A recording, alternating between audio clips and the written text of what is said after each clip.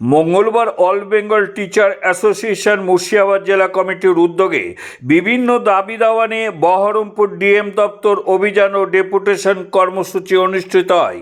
বহরমপুর শহরে Baharampur textile college মোড় থেকে শুরু হওয়া মিছিল শহর পরিক্রমা করে জেলা শাসকের দপ্তরে পৌঁছে স্মারকলিপি পেশ করে। এই কর্মসূচিতে উপস্থিত ছিলেন সিপিআইএমের কেন্দ্রীয় কমিটির সদস্য সুজন চক্রবর্তী। তিনি আজ অনুষ্ঠান শেষে কি বললেন সাংবাদিকদের সামনে আসুন শুনে নেওয়া যাক। মাস্টারমশাইরা গোটা রাজ্যের সর্বত্রই আলাপ আলোচনা করছেন। আমি এসেছিলাম বহরমপুরে। চারটে দাবি অত্যন্ত স্পষ্ট।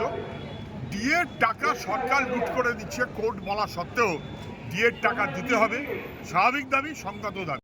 তাদের জন্য ওয়েস্ট বেঙ্গল হেলথ স্কিম স্কুলের মাস্টারমশাইয়ের জন্য থাকবে না কেন, সরকারের কোনো উত্তর নেই। 3, যোগ্য মাস্টারমশাই তাদেরকে যেভাবে খারিজ করছে রাজ্য সরকার, কোনো দায়িত্ব পালন করছে না, তার বিরুদ্ধে রুখে দাঁড়াতে হবে। 4, আমাদের এই সমস্ত নানান কন্ট্রাকচুয়াল সহ কর্মচারী যারা আছেন তাদের নানান রকম ভাবে বিপদে ফেলা হচ্ছে, না সেটা করা যাবে না। বাংলাকে রক্ষা করতে হবে। স্কুল কলেজ লেখাপড়া ধ্বংস করা হচ্ছে, তা করতে দেওয়া যাবে না। আমি ধন্যবাদ জানাই এই দাবিতে মাস্টারমশাইরা রাস্তায় নেমেছেন বলে। রাজ্যে আমাদের পশ্চিমবাংলায় বিজেপি এবং তৃণমূলের বিরুদ্ধে সবাইকে আমরা একজোট করতে চেয়েছি। সমস্ত দল তাদের নিজস্ব সিদ্ধান্তের প্রশ্ন আছে। আমাদের মনোভাব বিজেপি তৃণমূলের বিরুদ্ধে মানুষ ঐক্যবদ্ধভাবে তৃণমূল আর বিজেপিকে হারাবে। মুখ্যমন্ত্রী কয়েকদিন আগে অফিসারদের সব সরিয়ে দিয়েছেন। কেন সরিয়ে দিয়েছেন? মুখ্যমন্ত্রী সরিয়ে দিয়ে নির্বাচন কমিশনকে বুঝিয়ে দিয়েছেন আমি সরিয়ে দিয়ে আমার মতন সাজিয়েছি, এবং তার মধ্যে দিয়ে স্কোপ দিয়ে দিয়েছেন নির্বাচন কমিশনকে। মুখ্যমন্ত্রীর অপরাধে রাজ্যের অফিসারদের সরাবার এইরকম ভাবে সুযোগ পেল নির্বাচন কমিশন।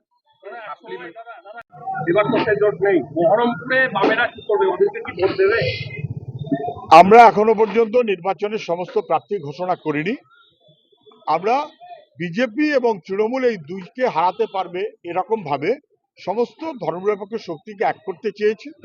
কংগ্রেস আলাদা করে লড়বে বলেছে, বাকিটা সময় ঠিক করে দেবে যে লড়াইটা কিভাবে হবে।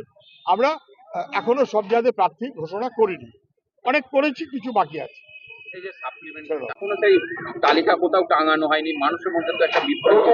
দেখুন, সাপ্লিমেন্টারি তালিকা বলে যে তালিকাটা প্রকাশ করার কথা ছিল গতকাল, এখনো পর্যন্ত নির্বাচন কমিশন বলতে পারেনি যে কত লোকের তালিকা দেয়া হলো, তার মধ্যে কতজন খারিজ আর কতজন যোগ্য।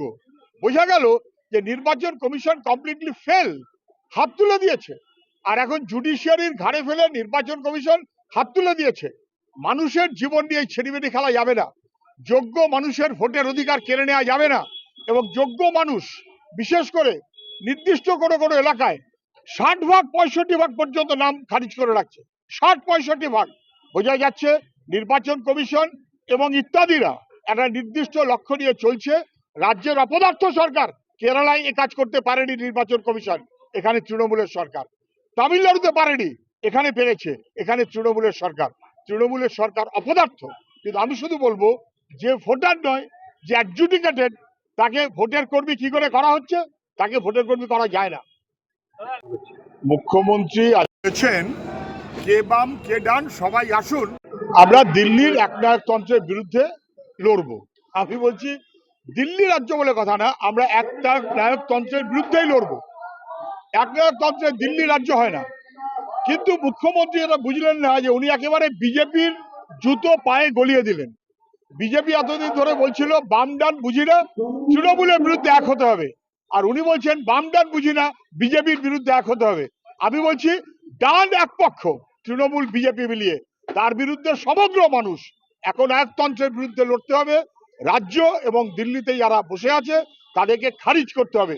পশ্চিমবাংলার মানুষ ঐক্যবদ্ধ। ওর আগে বলেছিলেন লাল ঝান্ডা যেন কোথাও দেখা না যায়, আজকে লাল ঝান্ডা দেখে বোধহয় আবার বামেদেরকে ভয় পেতে শুরু করেছে।